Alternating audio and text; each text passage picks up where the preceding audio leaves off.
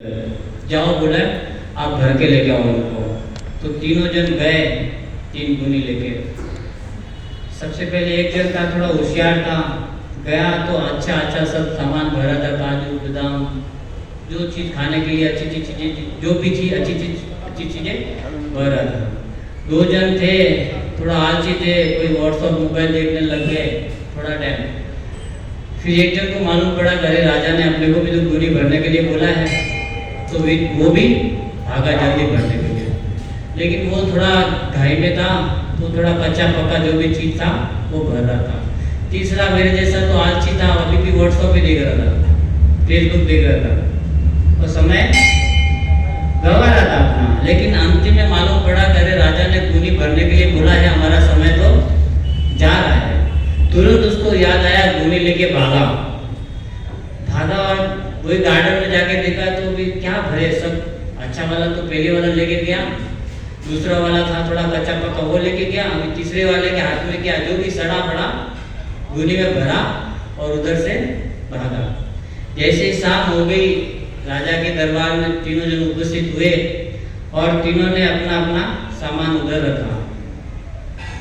तीनों ने सामान रखा, राजा ने तुरंत देखा और निर्णय ले लिया कि जाओ इन तीनों कमरों में इनको पैक कर दो, अलग अलग कमरे में अपना गुनी लेके। वो तीनों गुनी लेके गए अपने अपने कमरे में।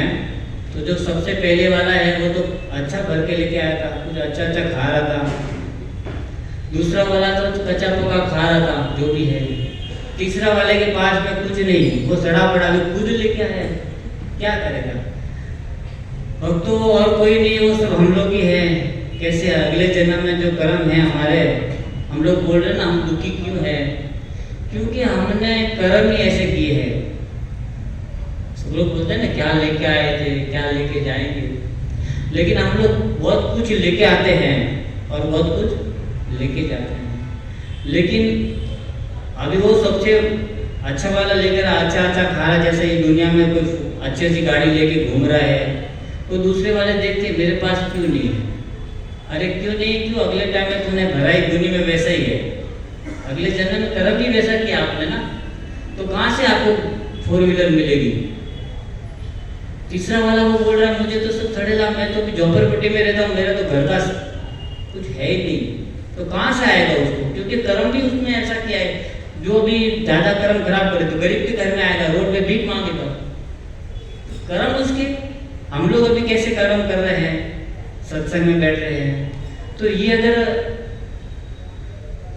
वैसी हमारी अगर स्थिति आ जाए कि हम अगर 40 में हैं और वो जगह में हमने अगले जन्म में कुछ किया नहीं है और हम ऐसी स्थिति में है, तो हमारा उसमें एक ही काम है कि हम हरे कृष्णा कृष्णा कृष्णा हरे हरे, हरे राम राम राम हरे हरे।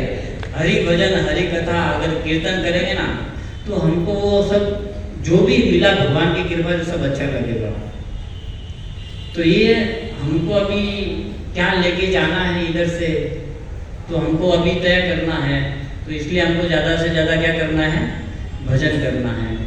तो अभी जो चल रहा है टॉपिक, जो कर्म विकर्म और अकर्म के बारे में, तो प्रभु जी ने कर्म के बारे में बताया है कि कर्म के बारे में अगर करोगे तो अच्छा फल मिलेगा आपको। तो प्रभु जी ने बोला कर्म भी नहीं करना और विकर्म भी नहीं करना, अच्छे काम भी नहीं करना है और बुरे काम भी नहीं करना है। तो ये हम अगर भौतिक वाले को बताएंगे कि हमको पुण्य नहीं करना है, अच्छे कर्म नहीं करना है, तो वो लोग बोलेंगे अरे क्या बता रहे लोग, अच्छे कर्म नहीं करना है। क्योंकि अच्छे कर्म करोगे तो वापस भोगने के लिए वापस दुनिया में आना पड़ेगा। जो अच्छे कर्म करो तो माँ के पेट में आपको जन्म लेना पड़ेगा, माँ के गर्भ में कितना दुख होता है। बुरे कर्म का फल तो आपको मालूम है, बुरा है तो उसका भी तो भोगना ही पड़ेगा। तो हमको करना है विकर्म, अकर्म। हमको करना है अकर्म। अकर्म का मतलब है जो भगवान के हित में कार्य करेंगे, भगवान की सेवा के लिए जो काम करेंगे वो है अकर्म। तो उसके बारे में, अकर्म के बारे में आपको एक स्टोरी बताता हूँ। उसके बारे में स्टोरी जो मैं बताऊंगा तो आपको उसमें थोड़ा समझना है। मैं तो इतना होशियार नहीं आपको मैं समझा सकूँ, आप बड़े वरिष्ठ भक्त हैं। तो मैं थोड़ा आपको बताऊंगा, आप समझिए। तो एक ब्राह्मण था, ब्राह्मण का काम है अच्छा जो काम भगवान की पूजा पाठ करते हैं। तो ब्राह्मण था, तो एक दिन ऐसे रास्ते से जा रहा था, जाते जाते एक गाय बाजू से दौड़ के जा रही थी, बाजू से गाय दौड़ के गई और गली में घुस गई। पीछे एक कसाई आया, तो ब्राह्मण को पूछा, गाय को देखा था? तो बोलता हाँ देखा था। तो किधर गई? तो बोलता इधर गई। तो कर्म वो उससे अच्छा किया कि सही बताया। हाँ, लेकिन कभी कभी हम लोगों को समझना चाहिए कि कहाँ पे झूठ भी बोलोगे ना तो हम बच जाएंगे, सच्चाई बताओगे तो फंस जाओगे। जैसा उस ब्राह्मण ने सही बताया कि गाय इधर गई है, लेकिन वो गलत काम हो गया, क्योंकि वो कसाई तो गाय को मारेगा। तो गाय को मारा तो उसको अगले जन्म में जो ब्राह्मण को एक मुस्लिम के घर में, कसाई के घर में जन्म हुआ। तो भक्त था, तो उसके दिल में भक्ति तो थी, सबको मालूम है ना कि भक्ति विनष्ट नहीं होती है। तो भक्त था, तो कसाई के घर में मांस भी सब तोड़ना रहता था। तो वो मांस की दुकान में था, तो उसने जो तराजू में था ना, तो शालिग्राम शिला थी उनके पास, कहाँ से मिली? ठाकुर जी की कृपा से। तो उस अच्छे से मन में अच्छे से वो शालिग्राम को बोलता था आधा किलो बन जाओ, तो मांस जो था आधा किलो बन जाता था। कभी बोलता है कि 1 किलो बन जाओ, तो 1 किलो बन जाता था। तो उनको रोज अपना काम करता था, उससे शाम को उसको पानी से धो के सब रख देता था। ऐसे ऐसे बहुत दिन बीते हैं। एक दिन दूसरे ब्राह्मण जा रहा था, तो ब्राह्मण को ऐसा जा रहा था, नाक बंद करके, कभी कभी ऐसा भगवत गीता विचरण करने जाता रहेगा। तो जा रहा था, तो उसने देखा करे शालिग्राम शिला, तो उसके दिल में बहुत दुख हुआ कि अरे भगवान शालिग्राम इधर कैसे है। तो उन्होंने रिक्वेस्ट किया उसको कि बोलता ये मुझे शालिग्राम दे दो। तो उन्होंने बताया कि शालिग्राम मैं नहीं दे सकता, ये तो मेरा धंधा है और मेरा तो सब कुछ इससे ही चल रहा है। तो उन्होंने बोला जो भी इसकी रेट रहेगा आप ले लो। तो कसाई को बताया कि इतना ले लो, जो भी उस टाइम में जो पैसा रहेगा उसको खुश करने के लिए वो दिया। तो उस टाइम वो शालिग्राम लेके घर पे गए, अच्छे से पंचगव्य से उनका अभिषेक किया, फूल रखे अच्छे से, माला उनको मालूम है साक्षात भगवान है, तो कितनी सेवा की रहेगी। वो पूरी रात भर उन्होंने देखा कि अरे भगवान कहाँ थे, चिंतन कर रहे थे, वो कैसी जगह पे थे। तो फिर रात को वही भगवान सपने में आए और उनको बोला ब्राह्मण को, तो बोलता मुझे है ना इधर मजा नहीं आ रहा है, मुझे तो उधर कसाई के घर पे भेज दो। क्यों? वो भक्त था ना, अगले जन्म में भक्ति कभी खत्म नहीं थी, विनष्ट नहीं होती। तो उनको बोला मुझे प्लीज उधर छोड़ दो। वो मुझे शाम को अभिषेक करता है, जैसा पानी से धोता था ना, तो वो बोलता मुझे अभिषेक करता है, लेकिन पंचगव्य से अभिषेक किया तो उनको अच्छा नहीं लगा। भगवान अभी वो भक्त के अधीन, तो उन्होंने बोला मुझे तो उधर ही छोड़ो, वो मुझे अच्छे से अभिषेक करता है, वो पानी से धोता है रात को, तो वो जब अच्छे से अभिषेक भी करता मेरा। तो फिर वो उन्होंने जाके वापस दे दिया और उनसे प्रार्थना किया कि साक्षात भगवान है ये, उनके अच्छे से सेवा करनी थी। तो उनका थोड़ा वैष्णव संग हुआ, तो उसकी बुद्धि जो सही हो गई और उन्होंने तुरंत वो सब काम छोड़ दिया और वो सोचा कि अभी मैं तो ये धंधा करके मतलब ये साक्षात भगवान मेरे बाजू में, मुझे मालूम ही नहीं। तो वो तुरंत उधर से निकल जाता है जगन्नाथपुरी के लिए। वो रास्ते में जाता है, बहुत टाइम चलता है। तो एक दिन की घटना कि वो जब रात को शाम होने आ गई तो एक घर देखा उसको, तो सोचा कि मैं वो घर में नाइट होल्ड कर दूँ। तो फिर बाद में वो देखा कि उस घर में एक माता जी अकेली रहती थी। तो उन्होंने रात हो गई थी तो दूसरा कोई सहारा नहीं था, जो गांव था उसके बाहर थोड़ा घर था वो। तो फिर वो सोचा कि मैं रात को कैसे जल्दी में उठ के निकल जाऊंगा। तो जैसे ही रात को सोया तो रात को औरत अकेली थी, तो उसका बुद्धि थोड़ा ये हो गया। हमारे शास्त्रों में भी बताते ना कि 4 नियमों का पालन करना चाहिए, तो माता जी लोगों से भी थोड़ा लंबा रहना चाहिए। एक बार ऐसा मुझे मालूम तो नहीं है, कथा है, कुछ वेद शास्त्र एक पंडित लिख रहे थे, तो एक जो लिख रहे थे और एक बोल रहे थे। तो लिखने वालों ने बोला कि एक कमरे में अगर माता के साथ में, बहन के साथ में, स्त्री के साथ में नहीं रहना चाहिए। तो उन्होंने बोला ये क्या लिखने की जरूरत है, ये लिखने की जरूरत नहीं है।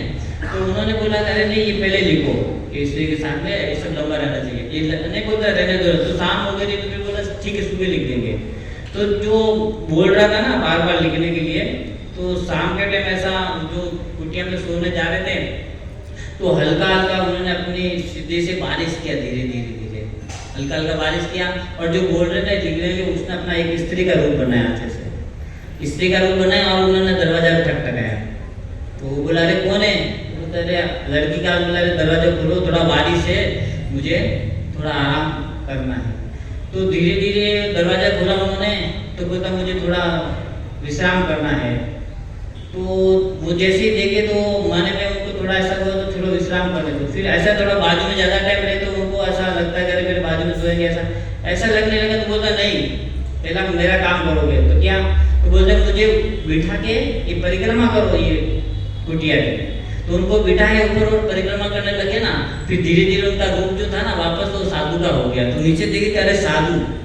तो उनको पता पड़ा कि अरे माता जी से लोगों से तो दूर है। इसलिए तुरंत वो अभी शास्त्र पढ़ो मैं तुरंत लिख देता हूँ कि माता जी लोगों से तो, माँ से, बहन से, सबसे लंबा रहना चाहिए। तो ऐसे वो कसाई जो था उधर सोया लेकिन अकेला था। रात को वही प्रॉब्लम हुआ। तो उन्होंने बोला मेरे बाजू में सोना है। तो वो बोला अरे नहीं मैं तो तो मुझे रात को कैसा भी करके गुजारा करना। तो बोलता नहीं। ऐसा दोनों हड़बड़ चली, लेकिन वो सुबह जल्दी भागने लगा।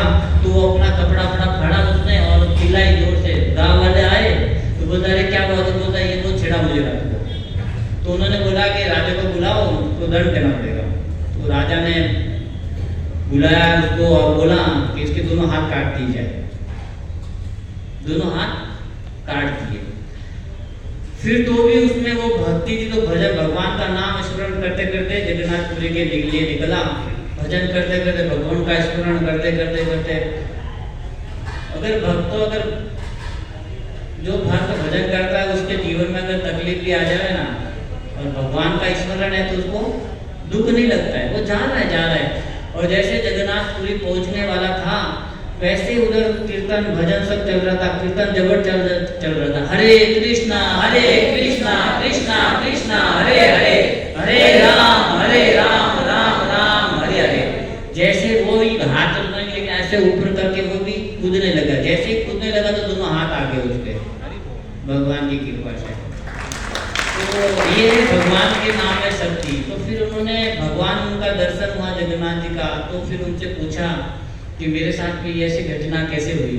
तो उन्होंने बताया कि आपने जो हाथ से जो गाय को बताया था अगले जन्म में, इसलिए आपका हाथ काटना पड़ा था।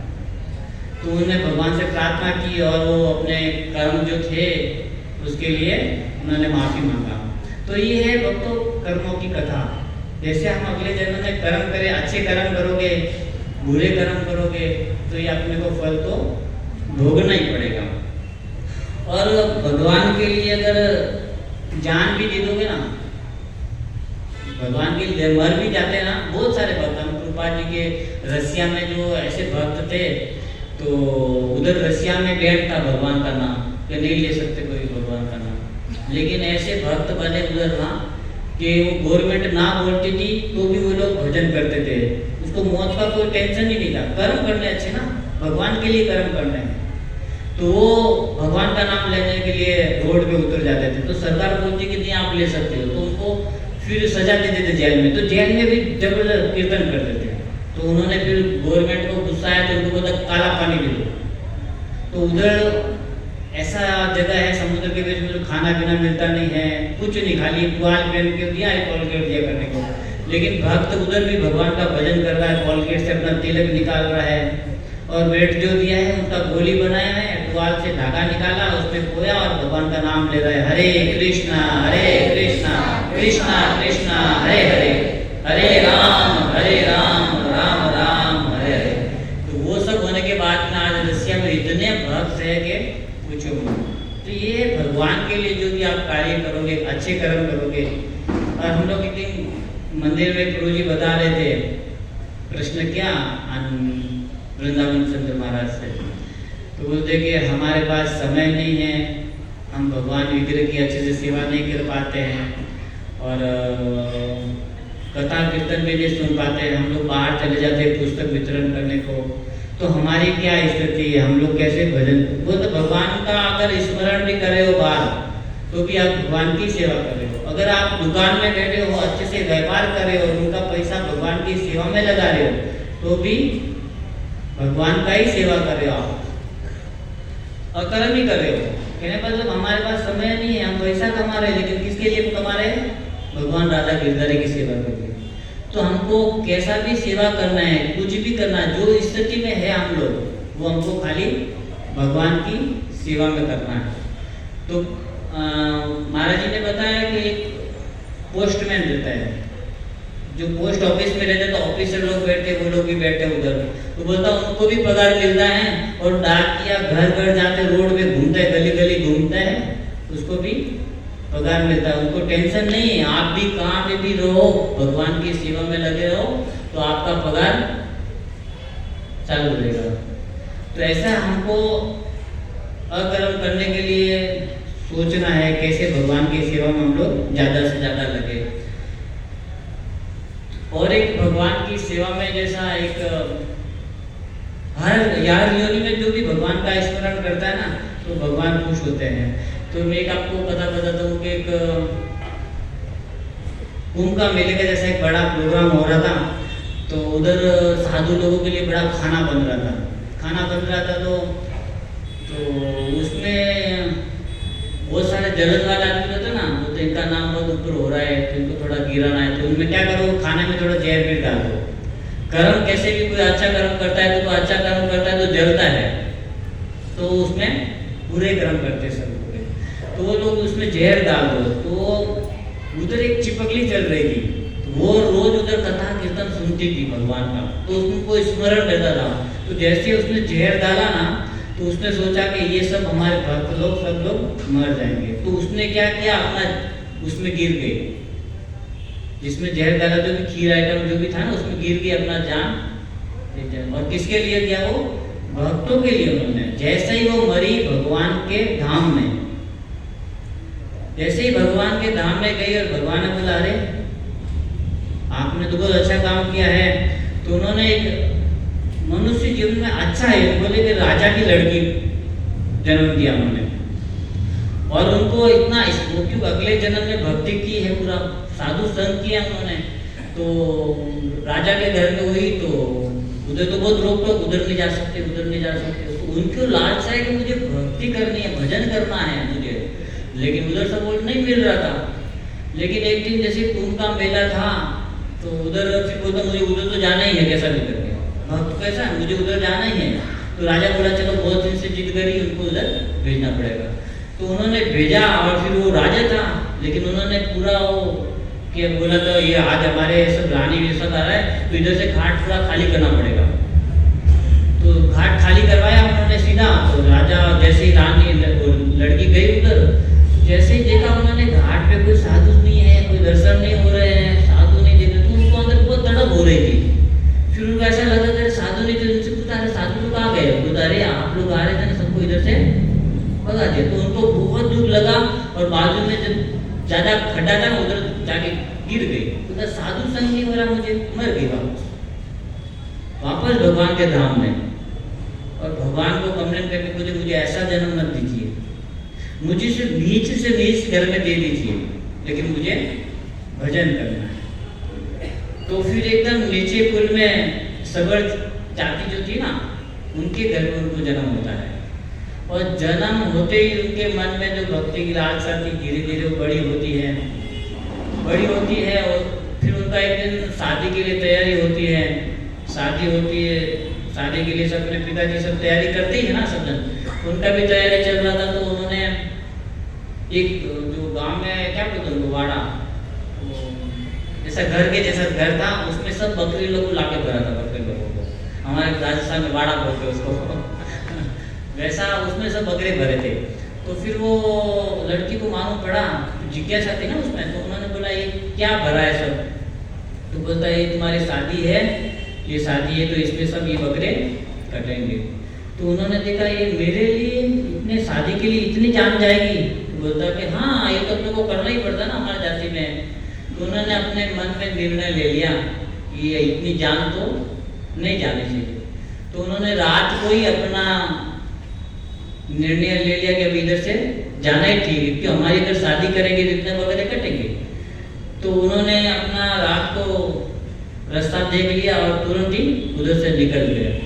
जाते जाते जंगल में एक कुटिया देखी, तो उधर जाके उन्होंने सोचा झाड़ पे जाके, क्योंकि कन्या थी वो, तो उधर एक माता ऋषि का भी वो आश्रम था। तो आश्रम में वो ऐसे तो क्या सेवा करे, लेकिन वो रात को जब सवेरे वो लोग स्नान करने जाते थे तो सवेरे नीचे उतरती थी, पूरा साफ सफाई सब करती थी। ऐसा क्या सेवा करे, उनको ऐसा लगता मैं क्या तो साफ सफाई की सेवा करती, बाकी कुछ उनको आता नहीं था। तो ऐसा सेवा करती थी, रोज थोड़ा थोड़ा सेवा करती थी। तो माता ऋषि सोचा कौन करे, तो वो बाजू वाला सेवा करता है, रोज ऐसा करता रहे। लेकिन धीरे धीरे उनको मालूम पड़ा कि सेवा तो कोई और ही कर रहा है, कर्म कोई और ही कर रहे हैं। तो उन्होंने फिर एक दिन ध्यान रखा, तो फिर मालूम पड़ा कि वो तो लड़की। फिर उनको पकड़ा, अरे तुम चोरी क्यों कर रहे हो? अरे मैंने क्या चोरी की है? तो बोलता ये सेवा का चोरी तो है ना, तुम चोरी कर रहे हो। तो उन्होंने बताया, तो माता जी बहुत खुश हो गए।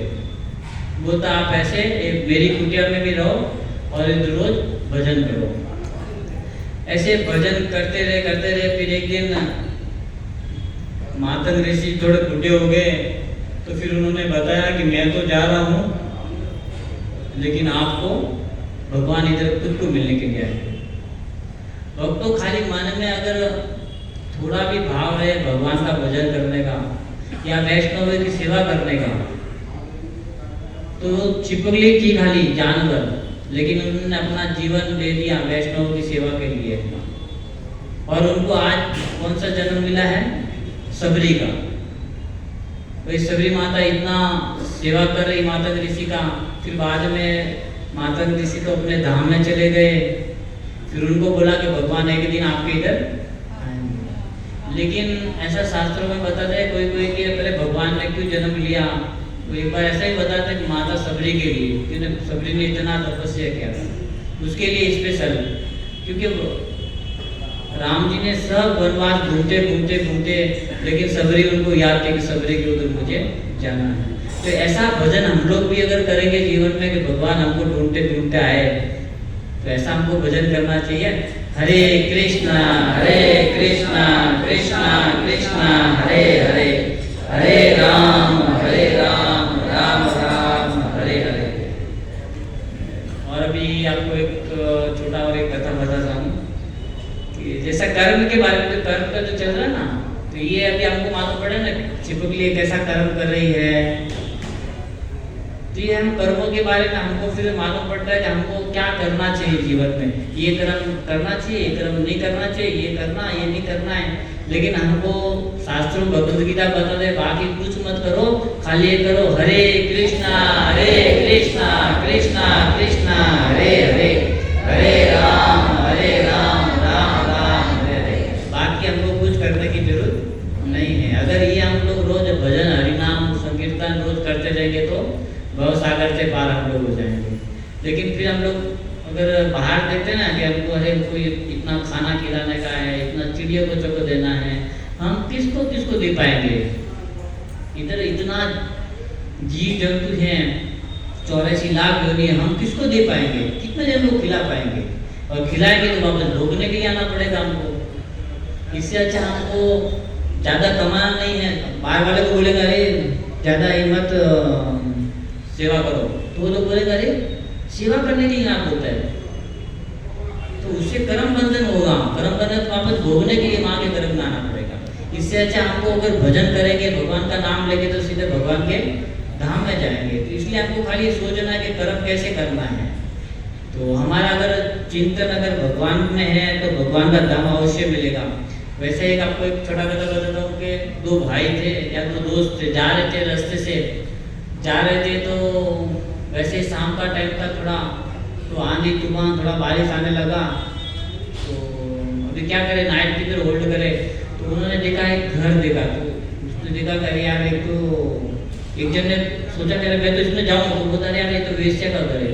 तो तो उसको ठंडी लग रही तो वो तो कैसे कैसे उसमें गया, लेकिन दूसरा बोलता है मैं तो नहीं जाऊंगा। वो तो भागा और थोड़ा आगे आगे गया गया गया, थोड़ा आगे जाने के बाद तो मंदिर मिला तो मंदिर में घुसा।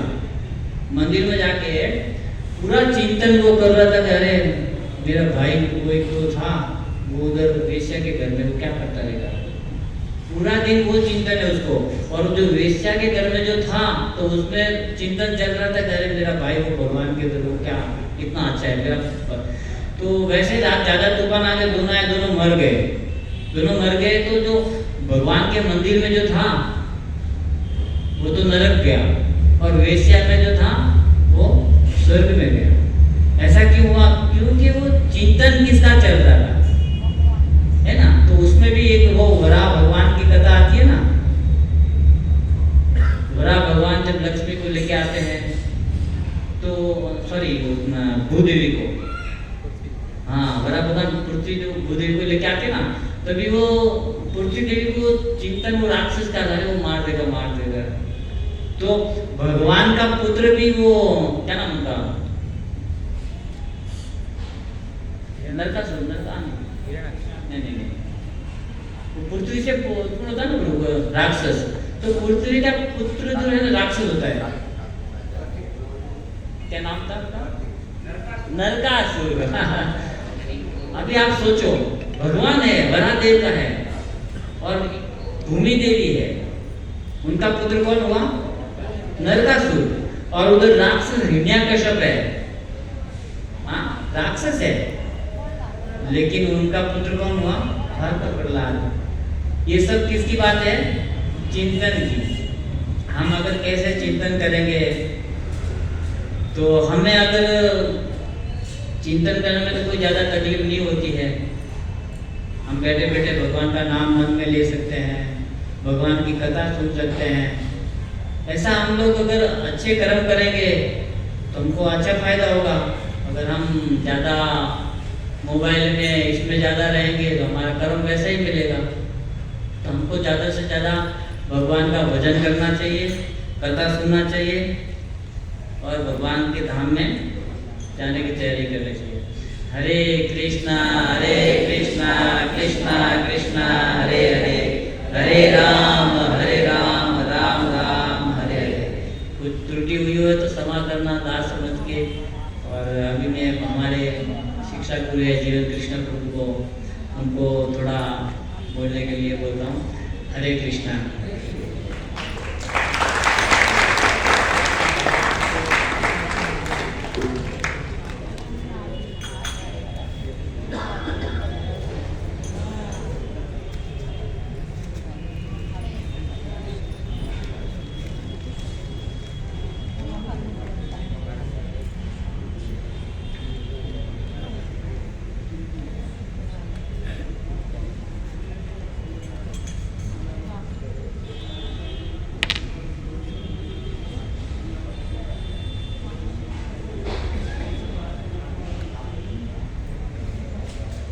हरे कृष्ण।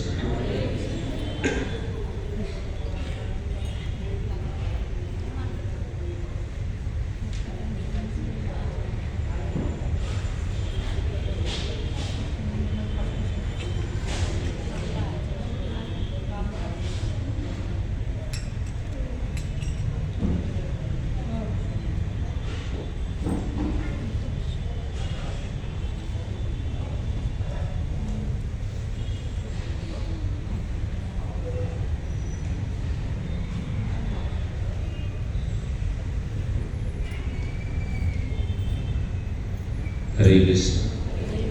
इसलिए हमारा थोड़ा तबीयत ठीक नहीं था, मैंने दिया उसे रिक्वेस्ट किया था यहाँ थोड़ा हंसका प्रवचन दे देगा। मुझे लगा कि वो सारे लोग यहाँ तक खींच लेंगे, इसलिए मैं नीचे बैठ करके सुन रहा था। लेकिन फिर भी मैं प्रयास करूँगा और सब भक्तों के सामने कुछ बोलने का। बहुत ही सुंदर प्रभु जी ने हमको अकर्म के बारे में बताया है। 3 प्रकार के कर्म होते हैं। सबसे पहले अच्छा कर्म, दूसरा है बुरा कर्म जिसको हम विकर्म के नाम से जानते हैं, और तीसरा है अकर्म। तो जैसे हम लोगों ने पिछले हफ्ते हम लोगों ने सुना था कि अकर्म कैसे करना चाहिए। अकर्म का अर्थ क्या होता है? भगवान की भक्ति। अच्छा कर्म करेंगे तो भी फंसेंगे, बुरा कर्म करेंगे तो फंसना तो है 100%। तो यहाँ पे अभी प्रश्न होता है, अच्छे कर्म भी बुरे हैं, बुरे कर्म तो बुरे हैं ही, तो हम करें क्या? तो शास्त्र के अंदर, भगवद गीता के अंदर बताया गया है कि यदि व्यक्ति अच्छा कर्म करता है तो उसको पुण्य मिलता है, और वो पुण्य जब भी जमा होता है तो व्यक्ति स्वर्ग में जाता है। लेकिन जैसे ही वह पुण्य का जो खत्म हो जाता है ना, तो वापस उसको यहाँ पे इस पृथ्वी के ऊपर पटका जाता है। क्षीणे पुण्य मृत्यु लोक विसंति। जब भी हमारे पुण्य क्षीण हो जाता है तो वापस क्या करते हैं? भगवान उनको यहाँ पे वापस पटक देते। क्षीणे पुण्य, पुण्य खत्म हो गया, क्षीण खत्म, पुण्य जब भी खत्म हो जाता है तो वापस व्यक्ति को इस पृथ्वी पर 84 लाख प्रकार की योनि में भटकना पड़ता है। हम सबको पता है कि हम माँ के गर्भ से जन्म लेते हैं, 84 लाख प्रकार की योनियाँ हैं। हम लोगों ने यहाँ पे भगवद गीता कोर्स के अंदर हम पूरी 84 लाख प्रकार की योनि का हम लोग ने विस्तृत रूप में वर्णन किया है। तो एक बुद्धिमान व्यक्ति जो होता है ना, तो बुद्धिमान व्यक्ति को समझना चाहिए कि हमको जो है ना वापस से जन्म मृत्यु के चक्कर में कभी फंसना नहीं है, तो इससे हमको बचना है, तो उसको बुद्धिमान में कहा जाएगा। तो एक समय की बात है भक्तों, जैसे हमारे भारत देश के अंदर बड़ा प्रधान जो थे ना, उनका जन्मदिन था। तो हम लोग देखते कि प्रायः जब भी जन्मदिन जब भी होता है तो आजकल तो मतलब लोग क्या करते हैं, पार्टी फंक्शन ये सब बहुत बड़े बड़े लोग आते हैं। लेकिन ये जो बड़ा प्रधान जो थे ना, उन्होंने निश्चय क्या किया कि मेरा जन्मदिन जो है ना, जहाँ पर उम्र कैद की जिसको सजा हुई है वहाँ पर जेल में जाकर मैं उनके साथ में सेलिब्रेट करूँगा।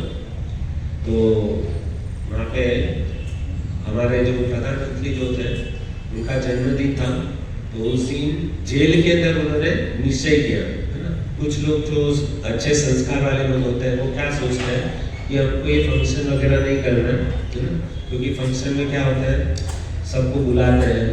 जो वेजिटेरियन होता है वो क्या करते हैं, केक कटिंग वगैरह करते हैं, और जो भी खाना पीना वगैरह रखते हैं।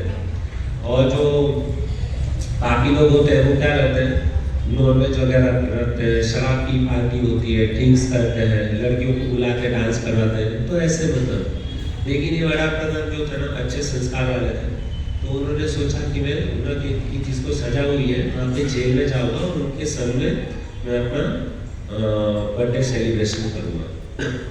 तो हुआ क्या कि जेल में गए, और वहाँ पे जितने भी ऑफिसर्स वगैरह थे, पुलिस ऑफिसर, उन्होंने बहुत ही सुंदर बड़ा सा जेल के अंदर पंडाल बनाया और सब पूरा जेल जो है डेकोरेशन किया, पूरी साफ सफाई की, क्योंकि प्रधानमंत्री आज क्या करने वाले हैं, हमारे उधर बर्थडे सेलिब्रेशन करने वाले। तो हुआ क्या भक्तों कि प्रधानमंत्री आए, और व्यक्ति साल में एक दिन जो है बहुत खुश होता है जब भी उसका जन्मदिन होता है कभी, और उस दिन हम उनके पास में जो भी कुछ मांगते हैं तो यथाशक्ति वो हमको सारी चीज़ हमको प्रदान करता है। तो ये बड़ा प्रधान होता है ना, बहुत ही खुश से जन्मदिन तक। तो उन्होंने वहाँ पे जितने भी कैदी लोग थे ना, उनको एक एक करके बुलाना चालू किया। भाई सबको पूछना चालू किया, तुमको क्या चाहिए, तुमको क्या चाहिए, तुमको क्या चाहिए। तो सबसे पहले एक व्यक्ति आए और उनको कहा कि तुम्हें क्या प्रॉब्लम है, तुमको क्या चाहिए, मैं बहुत खुश हूँ, आज मेरा जन्मदिन है, मैं तुमको कुछ देना चाहता हूँ, जो चाहिए वो मांगो। तो ये तो बड़ा खुश हो गया कैदी कि चलो आज तो हमारी मनोकामना पूर्ण होगी। तो वो जो कैदी जो था ना, उसने कहा कि मुझे यहाँ पे इस जेल के अंदर काफ़ी साल बीत गए, और रोज प्रतिदिन हमको जो है ना खाली खिचड़ी खाने को मिलता है, और केवल खाली खिचड़ी खा खा करके जो है ना हम तब मतलब मन भर गया है, हमको कुछ है ना अच्छा खाना चाहिए। तो ये जो बड़ा ब्रदर थे तो वो तो सब कुछ कर सकते हैं, तो उन्होंने तुरंत कहा कि इस कैदी के लिए जो है ना यहाँ पर एक बड़ा सा एक होटल बनवाया जाए और उसको जो इच्छा हो ना वो उसको उस होटल में जाकर उसकी मनोकामना पूर्ण किया जाए। तो वो तो कैदी बड़ा खुश हो गया कि चलो आज से मेरा खिचड़ी खाना बंद और मुझे जो भी अच्छी अच्छी आइटम है वो मुझे खाने को मिलेगी। उससे चला गया। दूसरा कैदी आया, बोला तुमको क्या प्रॉब्लम है, तुम्हें क्या चाहिए? तो उसने कहा कि देखो हम यहाँ पे इतने साल से रहते हैं, हमारा प्रॉब्लम यह है कि जिस दिन हम लोग इस जेल के अंदर आए ना तो तब से केवल एक ही जोड़ी कपड़ा हम लोगों ने पहना हुआ है और ये कपड़े से अभी जो है बदबू आने लग गए और इतने सारे मतलब इसके अंदर जो फटे फट गए, सिलाई भी नहीं हो सकती है। तो उन्होंने कहा कि हमको थोड़े 2-5 जोड़ी नए कपड़े मिल जाते हैं तो हमारे लिए बहुत अच्छा है। तो बड़ा ब्रदर ने कहा इनकी भी इच्छा पूरी की जाए, यहाँ पे जो है कपड़े का दुकान इसके लिए डाल दो, जितना कपड़ा पहनना है उसको दे दो। तो बड़ा खुश हो गया कि चलो हमारी मनोकामना पूर्ण हो गई। अभी हुआ क्या, तीसरा कैदी, उनको भी पूछा कि तुमको क्या चाहिए? तो जेल के अंदर प्राय ऐसा होता है उनको कि उनको जो है ना बहुत परिश्रम करवाते हैं, पहाड़ तोड़ने के लिए लेके जाते हैं, पत्थर तोड़ने के लिए लेके जाते हैं, तो बहुत काम करवाते हैं।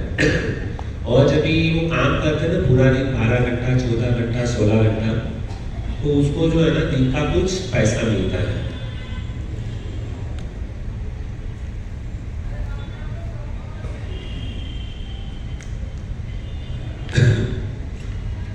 तो उनको कुछ पैसा दिया जाता है। तो वो कैदी ने बोला कि देखो हम इतना 12 घंटा 14 घंटा 16 घंटा हम मेहनत करते हैं, इतना मेहनत करने के बाद में हमको पूरे दिन का केवल 20 रुपया मिलता है। तो मुझे जो है ना थोड़ा मतलब ये पैसा यदि मुझे बढ़ा करके मिल जाएगा ना तो मेरे लिए अच्छा होता है। तो उसने बोला कि कितना रुपया चाहिए आपको? तो वो कैदी ने कहा कि मुझे 1 लाख रुपया मिल जाएगा ना तो मैं खुश हो जाऊँगा। तो बड़ा ब्रदर ने ऑफिसर को बुला करके कहा कि इसको जो है ना 5 लाख रुपया दे दो। इसने 1 लाख रुपया मांगा है ना, मैं इसको 5 लाख रुपया देने के लिए तैयार हूँ। वो तो कैदी बड़ा खुश हो गया क्योंकि एक्सेप्टेशन से ज़्यादा यदि कुछ मिल जाए ना तो व्यक्ति को बहुत मजा आता है। तो खुश हो गए। अभी आया चौथा व्यक्ति। अभी मजे की बात क्या हुई, यही चौथा व्यक्ति आया। बड़ा ब्रदर ने उसको पूछा क्या चाहिए तुम्हें, तुम्हारी प्रॉब्लम क्या है? तो उसने कहा कि देखो मैं जब से यहाँ पे आया हूँ मैं बहुत दुखी हूँ। तो बड़ा ब्रदर ने पूछा तुमको क्या प्रॉब्लम है? उसने बोला कि मैं बहुत अंटा गया हूँ यहाँ पे। तो उससे बड़ा ब्रदर ने पूछा तुमको क्या चाहिए? तो वो कैदी जो था ना उसने कहा आप मेरी इच्छा पूर्ण करोगे? तो उन्होंने कहा हाँ इसी के लिए तो मैं यहाँ पर आया हूँ, यहाँ पे जितने भी लोग हैं सबकी मनोकामना पूर्ण करने के लिए मैं यहाँ पर आया हूँ। मानो तुम्हें क्या चाहिए? नहीं ऐसा नहीं, मुझे आपके ऊपर विश्वास नहीं है। किसने कहा? वो चौथे व्यक्ति ने। तो उन्होंने बोला कि मैं 100% गारंटी के साथ में कहता हूँ कि तुम्हारी जो भी इच्छा है मैं पूर्ण करूँगा। तभी भी वो नहीं माना। उसने बोला कि मुझे प्रॉमिस दो, प्रॉमिस नहीं गॉड प्रॉमिस दो, तभी मैं आपकी बात मानूंगा। तो उसने कहा कि ठीक है मैं वादा करता हूँ, गॉड प्रॉमिस देता हूँ कि तुम्हारी जो भी कामना है मैं पूर्ण करूँगा। लॉक कर दूँ? उसने बोला हाँ 100%, यहाँ 100% लॉक कर दूँ। तो उसने कहा कि मुझे जो है ना यहाँ से मुझे हमेशा के लिए छुटकारा दे। क्या बोला उसने? अभी हम लोग यहाँ पर इतने सारे लोग यहाँ पर बैठे हैं, मैं आशा करता हूँ यहाँ पे जितने भी लोग हैं ना बुद्धिमान है, बुद्धिमान हो इसके लिए यहाँ पर बैठे हो। तो ये 4 जन लोग, 4 जो कैदी जो थे ना सब लोगों ने अलग अलग मांगा। तो सबसे पहले व्यक्ति ने क्या मांगा कि भाई मुझे अच्छा भोजन चाहिए। दूसरे व्यक्ति ने क्या मांगा? मुझे कपड़ा चाहिए। तीसरे व्यक्ति ने क्या मांगा? पैसा। और चौथे व्यक्ति ने क्या मांगा? अभी मेरा आपको प्रश्न यह है, सुन लेना, कोई सोया नहीं ना? सो जाओ मैं तो गया नाम से। तो ये चार में से बुद्धिमान कौन था? 100% लॉक कर दूं? चौथा व्यक्ति बुद्धिमान है? पैसे मांगा वो नहीं बुद्धिमान है? कपड़े मांगा वो? अच्छा भोजन मांगा वो? 100%। मैं तो कहता ये तीनों तीन बुद्धिमान है। मेरा कहना यह है कि तीनों तीन बुद्धिमान है। यस और नो? नो। मेरी बात को सब मानने के लिए तैयार नहीं। तो भक्तों, चौथा व्यक्ति बुद्धिमान है। क्यों बुद्धिमान है? हाँ? जेल से बाहर निकलेगा तो सब कुछ मिलने ही वाला है, बराबर? ठीक है, चलो बहुत अच्छी बात है। तो हम यहाँ का जो भी प्रवचन कर रहे हैं उसका असर हो रहा है।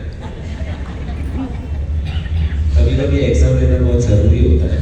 एग्जाम नहीं लेते तो उसका वैल्यू नहीं होता है। तो भक्तों, हमने जो ये तीन कर्म बताया है ना, कर्म, विकर्म और अकर्म, बराबर? कर्म करेंगे तो भी बंधन में रहना पड़ेगा, विकर्म करेंगे तो भी हम कर्म के बंधन को काट नहीं सकते, लेकिन अकर्म करेंगे तो, अकर्म यानी भगवान की भक्ति, भगवान का भजन। तो जो भी भगवान की भक्ति, भगवान का भजन करता है वह सारे कर्म के बंधन को काट करके वह भगवान के धाम में जा सकता है, बराबर?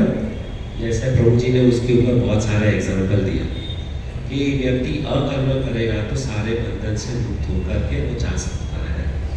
लेकिन भक्तों, जैसे मैंने ये आपको जो स्टोरी बताया ना 4 जन की, कि भाई हमको कपड़े भी नहीं चाहिए, जेल में है ना, जेल में व्यक्ति को कितना भी सुख सुविधा दिया जाए, जेल में जेल ही होता है। समझ में आ रहा है? जेल मतलब जेल ही। व्यक्ति को वहाँ पे चाहे अच्छा भोजन दिया जाए, मर्सिडीज गाड़ी दी जाए, अच्छे कपड़े पहनना दिया जाए, है ना, सोने का कोट भी यदि उसको दिया जाए ना, तो भी वह दुखी ही होगा, क्योंकि वह बंधन मतलब बंधन है। चाहे आप मतलब उसको करोड़ों रुपया भी क्यों ना दो, लेकिन वो अच्छा भोजन, है ना, अच्छे कपड़े, करोड़ों रुपये, वो उसके लिए क्या है? कुछ काम का लिए, क्योंकि वह क्या है? बंधन में है। तो भक्तों, आप सब लोग बुद्धिमान हो।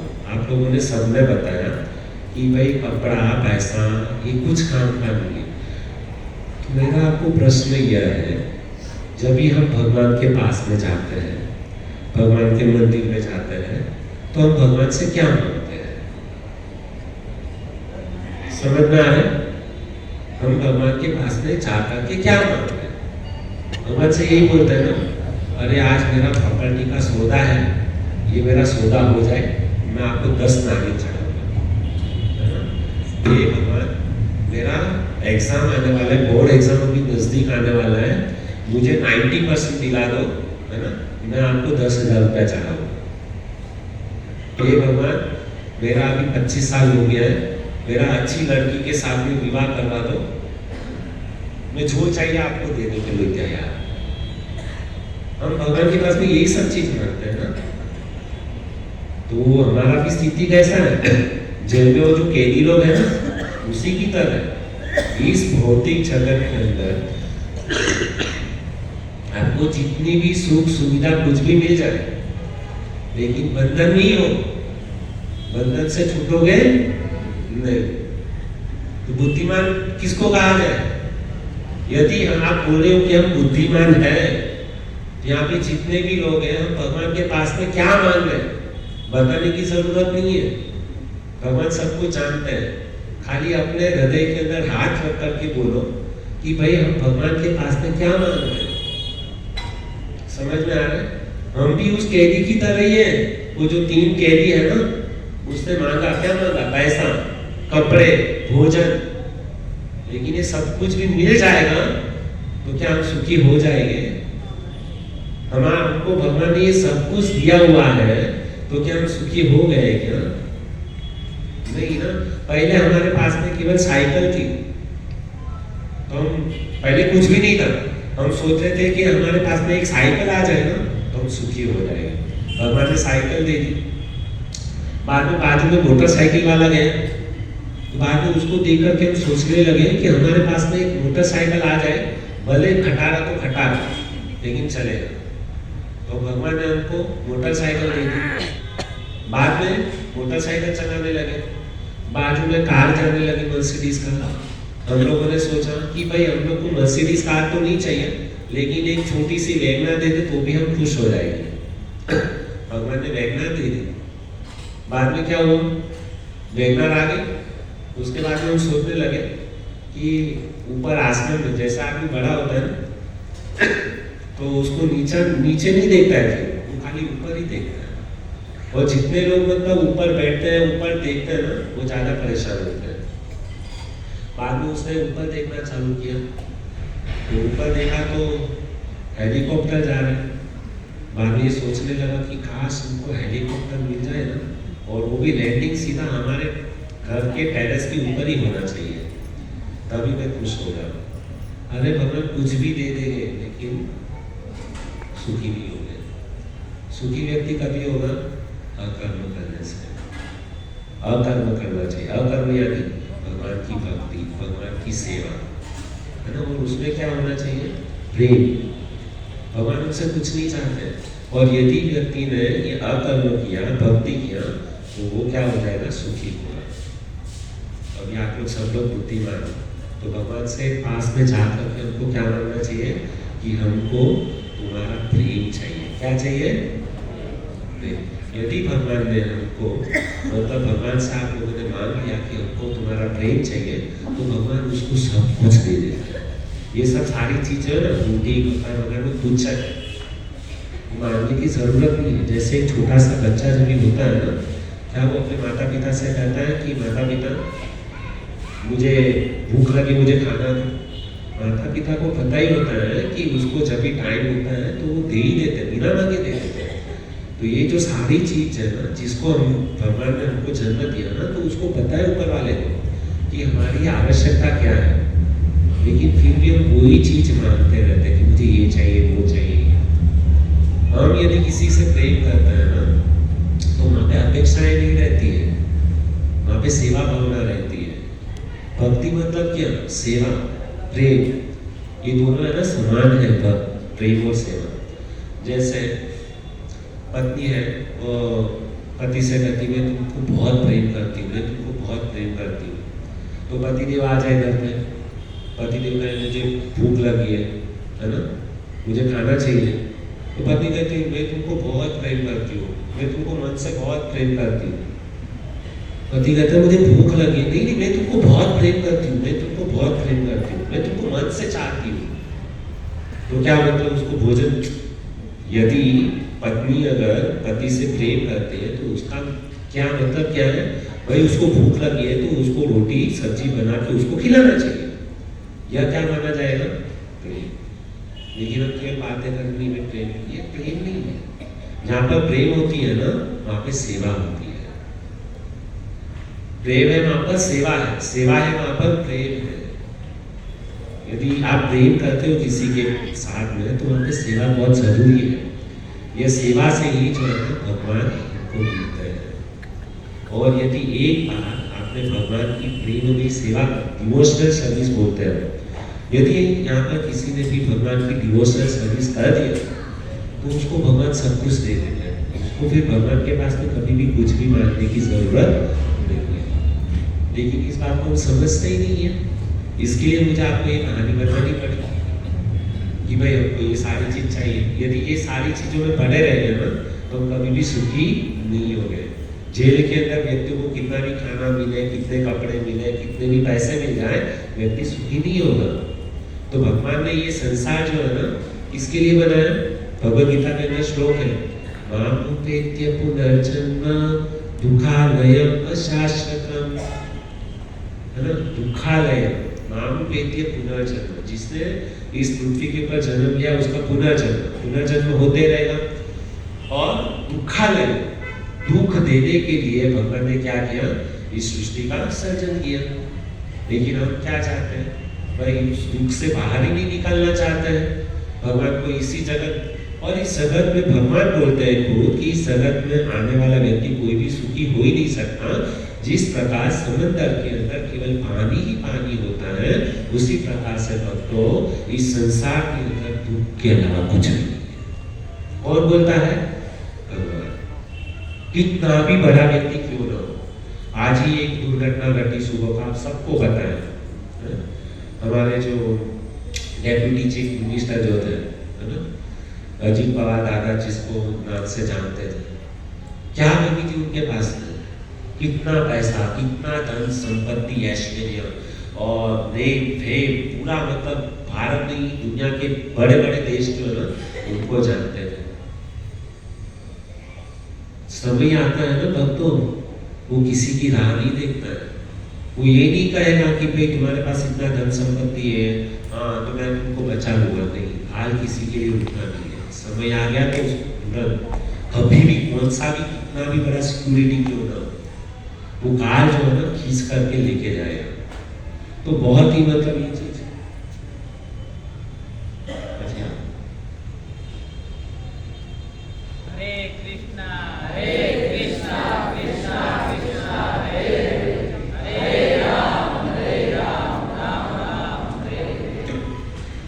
तो मैं कहना ये चाहता था कि हमारे पास में कितना भी धन संपत्ति दौलत जो रहती है ना, तो वो कुछ काम में नहीं आने वाली है। अभी वो मृत्यु आ गई है ना, हेलीकॉप्टर क्रैश हो गया, किसकी गलती?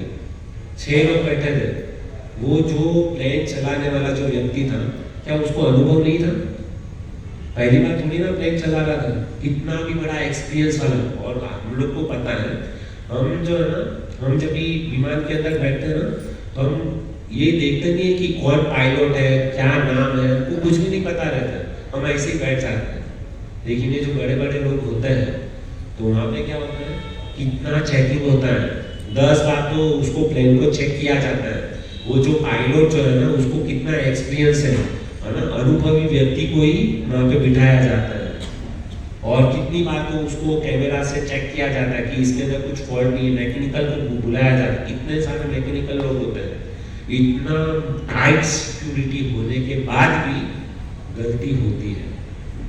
ये क्या दिखा रहा है? हमारे पास में कितना भी कुछ क्यों ना हो, लेकिन जब ये समय आएगा ना, कितना भी सिक्योरिटी हो, कितना भी धन हो, कितना भी संपत्ति हो, बड़े बड़े लोगों के साथ पहचान भी क्यों ना हो, लेकिन कोई नहीं बचा पाएगा। इसके लिए भक्तों, हमारा भी मतलब सबको पता नहीं है, यहाँ से हम घर पे जा पाएंगे कि नहीं जा पाएंगे वो भी पता नहीं है। यहाँ पे बैठे बैठे ही अटैक आ जाए, लेकिन मौत का बुलावा आए ना, उसके पहले क्या करना चाहिए? मौत के जो सौदागर है ना, उसको याद कर लेना चाहिए। यदि मृत्यु आए ना, उसके पहले हमको भगवान का भजन भक्ति कर लेना चाहिए। यही साथ में आने वाला है। आप चाहे लाख कमाओ, हीरे मोती, क्या करो, कुछ भी नहीं। तो ये जो घटना होती है ना, तो हम सबको सिखाने के लिए भगवान जो है ना, हमको यहाँ पे भेजे हैं। रोज हमको कुछ ना कुछ जो है ना सीखना चाहिए। ये हुआ, दुर्घटना हुई, क्या सीखना चाहिए उससे? भाई हमारा भी नंबर आने वाला है, हम अभी जो मतलब मस्त से मतलब जी रहे हैं ना, ऐशो आराम से, हमको प्रत्येक दिन टेंशन आना चाहिए। हम लोग 20 साल 25 साल 30 साल 50 साल गए जीवन के, बस अभी कुछ समय बाकी है। यदि उस समय का सदुपयोग नहीं किया ना, तो वापस जन्म मृत्यु के चक्कर में फंसना पड़ेगा, कुत्ता बनना पड़ेगा, बिल्ली, गधा। क्या हमको ये पसंद है? आज हमारे यहाँ पे कुत्ता आ जाए तो क्या करेंगे?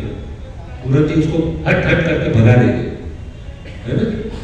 क्योंकि हमको कुत्ता बनना पसंद है, बिल्ली बनना पड़ेगा, गधा, है ना? नाम ही कितना मतलब ये है, लोग मतलब गधा, है ना? ये सब हमको बनना है। वृक्ष बनना पड़ेगा, बच्चे लोग वृक्ष के ऊपर कितना पत्थर वगैरह सब मारते हैं, उसके अंदर भी प्राण है, उसको तोड़ते हैं, उसको पत्थर मारते हैं, बैट मारते हैं, कितना कितना तकलीफ देते हैं। क्या हमको ये सब बनना है? इतना तकलीफ झेलना है? ये सब तकलीफ हम लोग झेल करके यहाँ पर आए हुए हैं, लेकिन अभी भी हमारी बुद्धि काम नहीं कर रही है। बस अभी भी वही पाप प्रवृत्ति में लगे हुए हैं। आहार, निद्रा, भय और मैथुन। होटल में जाओ, पिज्जा पास्ता खाओ, है ना, ड्रिंक करो, नशा करो, ये सब सबको बचना चाहिए। ये सारे काम जो है ना पाप प्रवृत्ति है, भक्ति को समझने से पहले हमको 4 चीज जो है ना वो नहीं करना है। आप बोलते हैं कि धर्म क्या है, अधर्म क्या है, धर्म की परिभाषा क्या है। धर्म को जानने से पहले हमारे घर में यदि आग लगी है तो सबसे पहले हमको जो है ना क्या करना चाहिए, आग को बुझाने का काम करना चाहिए। तो उसी प्रकार से हम यहाँ पर भक्ति कर रहे हैं ना, तो भक्ति करने से पहले जो है ना हमको क्या नहीं करना है वो चीज को हमको ध्यान में रखना चाहिए। तो हमारे भोपाल महाराज ने जो ना 4 नियम दिए गए हैं। 4 नियम कौन से हैं कि व्यक्ति को सबसे पहले मांसाहार नहीं करना है। दूसरा नियम दिया गया है कि नशा नहीं करना है। बाद में तीसरा नियम बताया गया है कि जुआ नहीं खेलना है। और चौथा नियम बताया गया कि अवैध स्त्री और अवैध पुरुष संग जो है ना वो वर्जित है। ये 4 नियम जब भी आप पालन करोगे ना तभी आप धर्म का पालन कर सकते हो। और ये 4 नियम व्यक्ति जब भी पालन करेगा ना तभी उसको मनुष्य कहा जाएगा।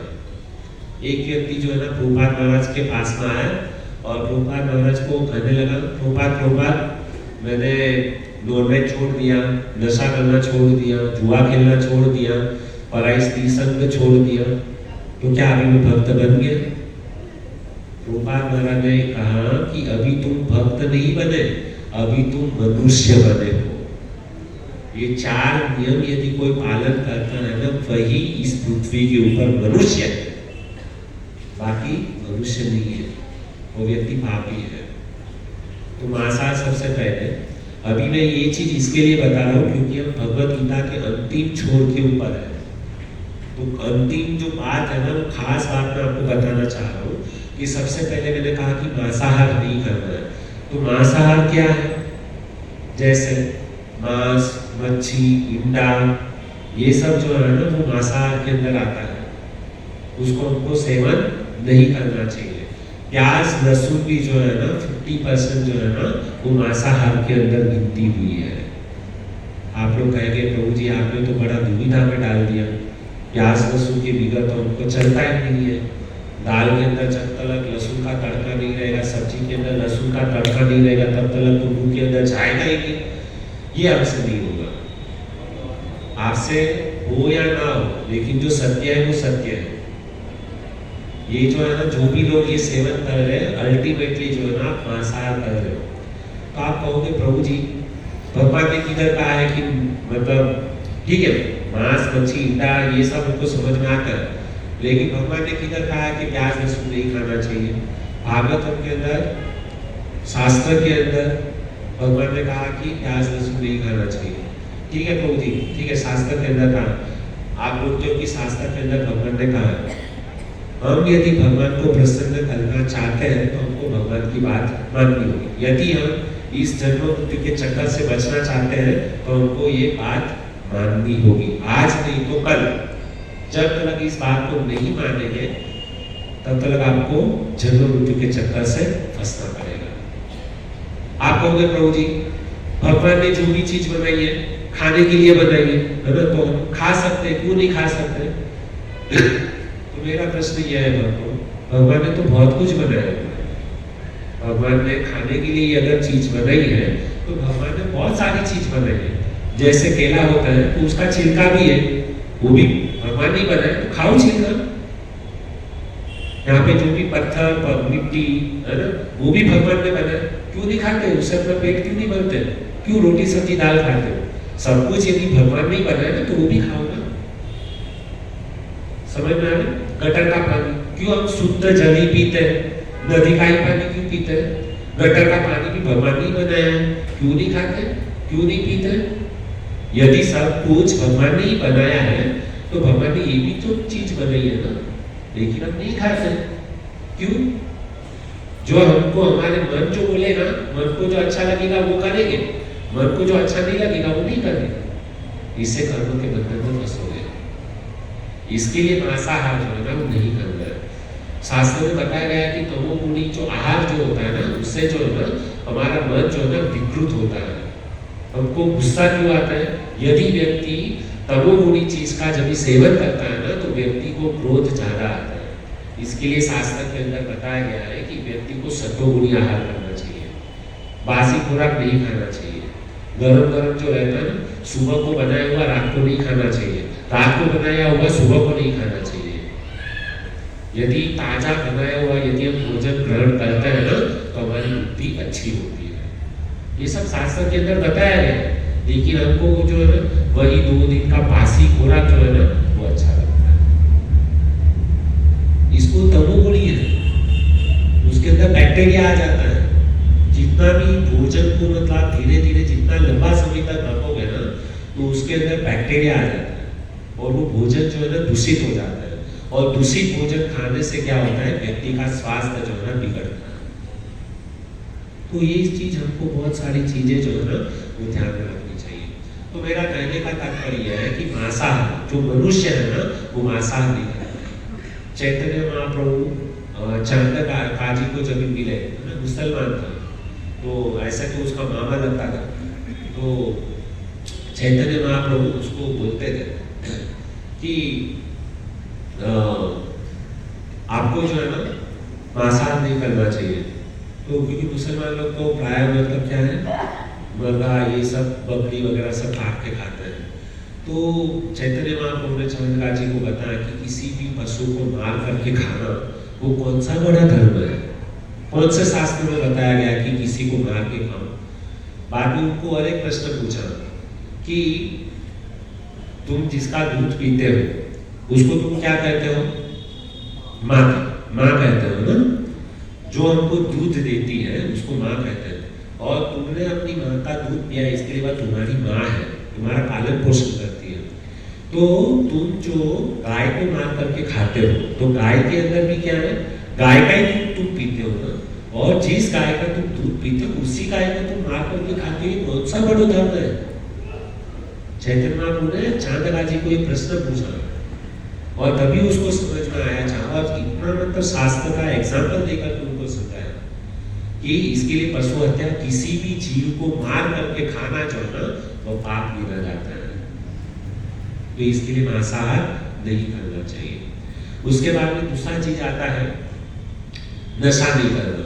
अभी आप बोलोगे प्रभु जी नशा मतलब, नशा उसको कहते हैं कि जैसे हम शराब पीते हैं, गांजा पीते हैं, गुटखा खाते हैं, पान, तंबाकू, सिगरेट, है ना, तो ये सब यदि हम उनका सेवन करते हैं तो वो क्या है, नशा। अभी आप कहोगे प्रभु जी ठीक है ये सब सारी बातें आपने बताई, तो आपने बुआ का नाम नहीं लिया, तो हम बुआ तो खा सकते हैं ना। आप ऐसा मत समझिए, उसके अंदर जो है ना सब चीज आ गई, पान, सुपारी, सिगरेट, तंबाकू, ये सब जो है ना नशीली चीज है।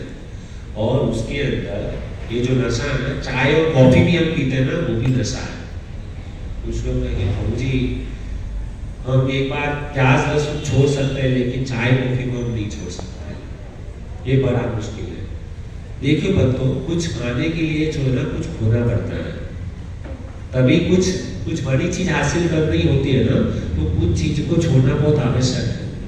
तो आप कहेंगे प्रभु जी चाय कॉफी कौन सा नशा, ठीक है आप कहे तो सिगरेट। देखिए सिगरेट जो है ना, सब लोग बुद्धिमान लोग बैठे हैं, है ना, बुद्धिमान लोगों को इशारा जो है ना काफी होता है। सिगरेट के ऊपर जो है ना, पहले जो है ना सिगरेट के ऊपर जो है ना खाली एक सेंटेंस लिखते थे कि cigarette is injurious for health, cigarette हमारे स्वास्थ्य के लिए हानिकारक है, छोटा सा। लेकिन अभी तो जो है ना पूरा चित्र डाल करके बताते हैं, एक वो हार्ट का चित्र बताते हैं और उसके अंदर मतलब सिगरेट ये बताते हैं, और अभी तो फोटोग्राफ के साथ में दिखाते हैं कि cigarette is injurious for health. इतना बड़ा चित्र दिया है, इतने बड़े बड़े शब्दों में लिख के दिया है कि सिगरेट आपके स्वास्थ्य के लिए हानिकारक है, लेकिन फिर भी लोग जो है ना उसको मजे से लेते हैं। एक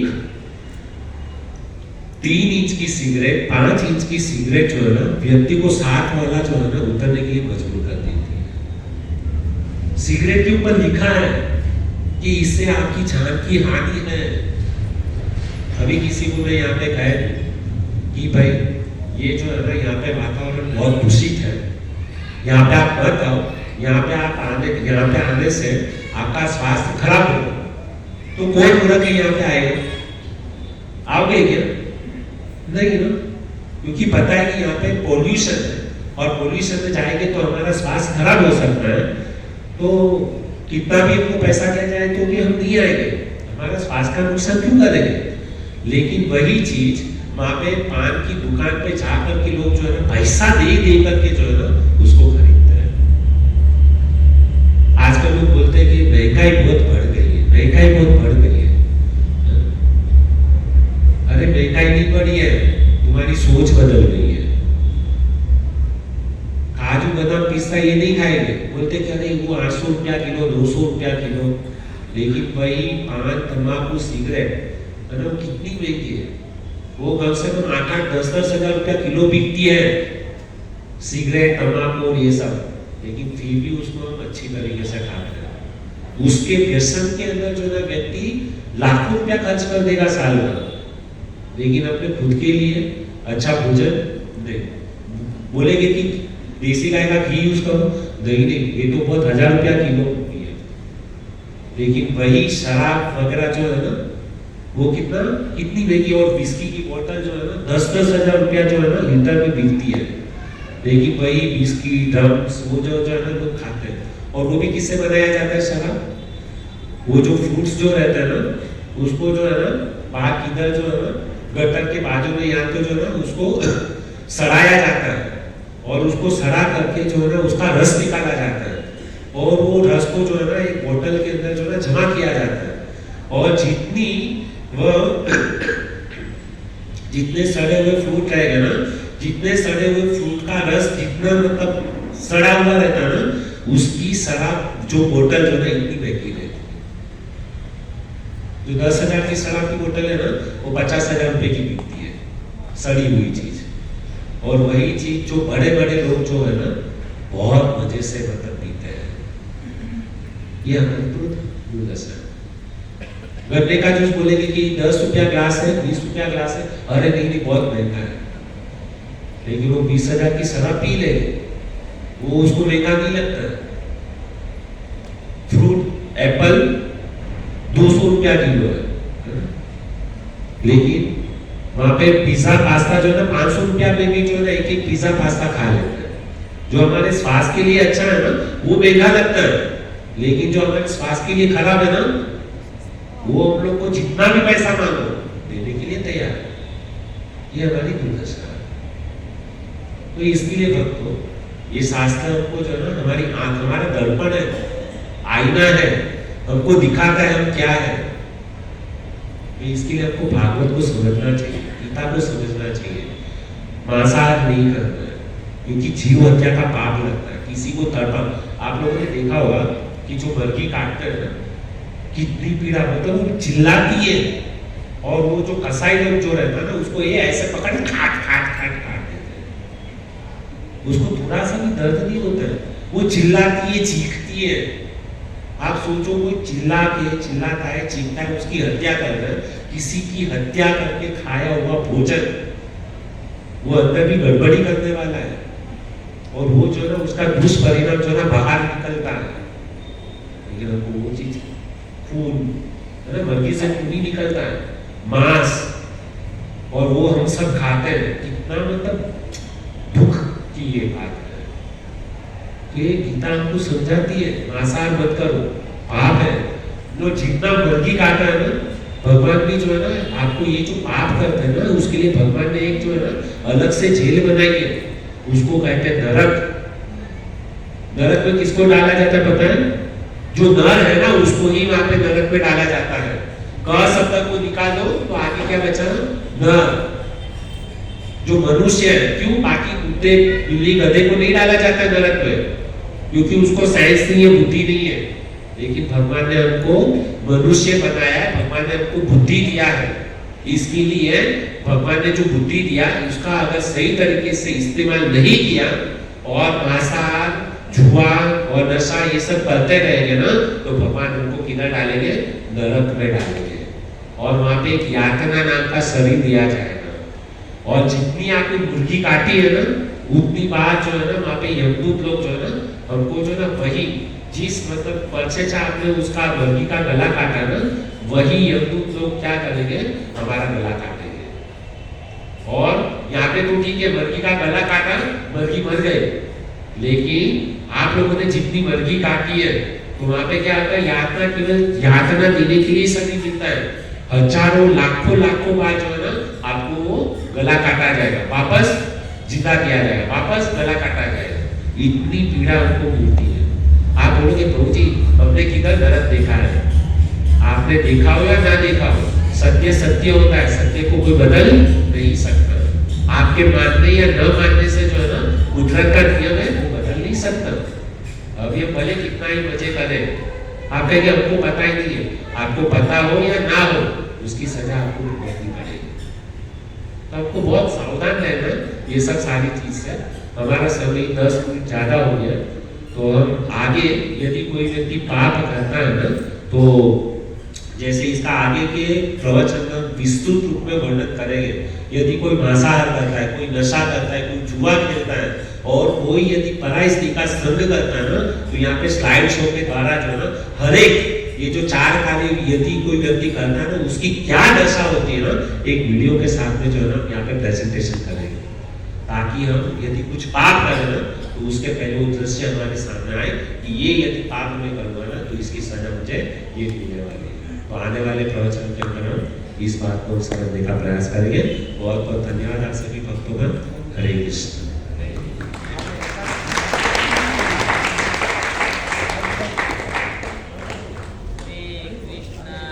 हरे कृष्णा कृष्ण कृष्ण हरे राम किसी का कोई प्रश्न है तो पूछ सकते हैं। देखिए हम लोग ने पहले मैंने कहा था कि हमने थोड़ा टाइम जो है ना वो बढ़ा दिया है। हम लोग 9:45 बजे तक मतलब ये जो है ना सत्संग प्रोग्राम रखने के लिए करेंगे।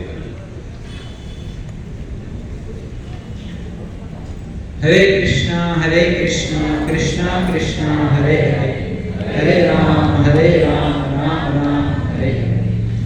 तो बहुत सुंदर, आज बहुत अच्छा दिन है कि आज हमको दो प्रभु जी की मुखारविंद से कथा, भगवान की कथा श्रवण करने का अवसर मिला। सबसे पहले हमारे मित्र समान दिव्यानंद प्रभु जी के मुखारविंद से हमको कथा श्रवण करने का मौका मिला। प्रभु जी ने बहुत सुंदर बताया कर्म, अकर्म और विकर्म के बारे में। कर्म जो करके हम क्या है, पुण्य कर्म करेंगे, अच्छा कर्म करेंगे तो स्वर्ग में जाएंगे, और बुरा कर्म करेंगे तो नरक में जाएंगे, या तो फिर यहीं पर भी रह सकते हैं। लेकिन जो अकर्म है, जो प्रभु जी ने कहा कि भक्ति, भगवान की सेवा करना, भगवान की सेवा या भक्तों की सेवा, भक्तों की सेवा भी अल्टीमेटली भगवान की ही सेवा है, क्योंकि भगवान भक्तों की सेवा से ज्यादा प्रसन्न होते हैं। भक्तों की थोड़ी बहुत भी सेवा कर ली ना तो भगवान तुरंत प्रसन्न हो जाता है। और भगवान अपनी सेवा से इतने प्रसन्न नहीं होते जितनी अपनी भक्तों की सेवा से ज्यादा प्रसन्न होते हैं। तो बहुत सुंदर प्रभु जी ने बताया, शबरी माता का उदाहरण दिया, किस प्रकार से छिपकली ने भक्तों की सेवा करके उनको भगवान की कथा सुनने का बहुत अच्छा लगता था, तो उनको मातन मुनि जैसे गुरु मिल गए और उनकी कृपा से भगवान की प्राप्ति हुई। भगवान खुद चलकर उनकी झोपड़ी में आए। मेरे झोपड़ी के भाग आज खुल जाएंगे, राम आएंगे। तो राम आए और उनके भाग खुले और वो भगवान राम चले गए। तो वैसे ही हमारे भी भाग्य खुल सकते हैं कब, जब हम अकर्म करेंगे। कर्म और विकर्म नहीं, विकर्म मतलब बहुत बुरे कर्म, और कर्म मतलब पुण्य कर्म, जिसके द्वारा हम स्वर्ग में जा सकते हैं। लेकिन स्वर्ग में जाने के बाद भी पुण्य खत्म हो जाते हैं तो वापिस यहाँ पर आ जाना पड़ता है। जैसे हमारे पास पैसे खत्म हो जाते हैं तो हम कुछ ले नहीं सकते, खरीद नहीं सकते, वैसे ही पुण्य है, पुण्य जब खत्म हो जाता है तो वापस यहाँ पर आना पड़ता है। इसलिए हमको अकर्म करना चाहिए, भक्ति करनी चाहिए, भगवान की सेवा करनी चाहिए, भक्तों की सेवा करनी चाहिए। तो यहाँ पर बहुत सुंदर सत्संग कार्यक्रम होता है, तो यहाँ पर भी बहुत सारी सेवाएं होती है। जैसे कि आप लोग सब लोग नहीं आए होते तभी यहाँ पर चटाई बिठाना, ये व्यासपीठ सजाना, ये भगवान की फोटो को लगाना, हिसाब कुर्सियाँ लगाना, ये सब सेवाएं होती है। पानी भर के रखना थाली धोने के लिए, ये बहुत सारी सेवाएं होती है जो कुछ भक्त करते हैं।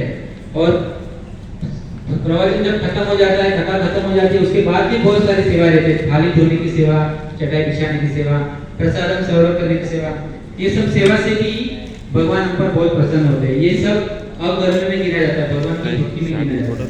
ये सब का लाभ हमें लेना चाहिए। तो बहुत सुंदर दिव्यानंद प्रभु जी ने और इस ग्रेस जीवन कृष्ण प्रभु जी ने हम सबको बहुत भगवद गीता के माध्यम से कर्म, अकर्म और विकर्म के बारे में विस्तार से बताया। तो आइए इन दोनों प्रभु जी का हम हरे कृष्ण महामंत्र से अभिवादन करते हैं। हरे कृष्णा कृष्णा कृष्णा हरे हरे, हरे राम राम राम हरे हरे। और आज का जो सुंदर महाप्रसादम है वो एक भक्त ने स्पॉन्सर किया है, लेकिन उन्होंने, उनकी विनम्रता इतनी है कि उन्होंने नाम लेने से मना किया है क्योंकि उनको प्रशंसा पसंद नहीं है। तो आइए हम सबका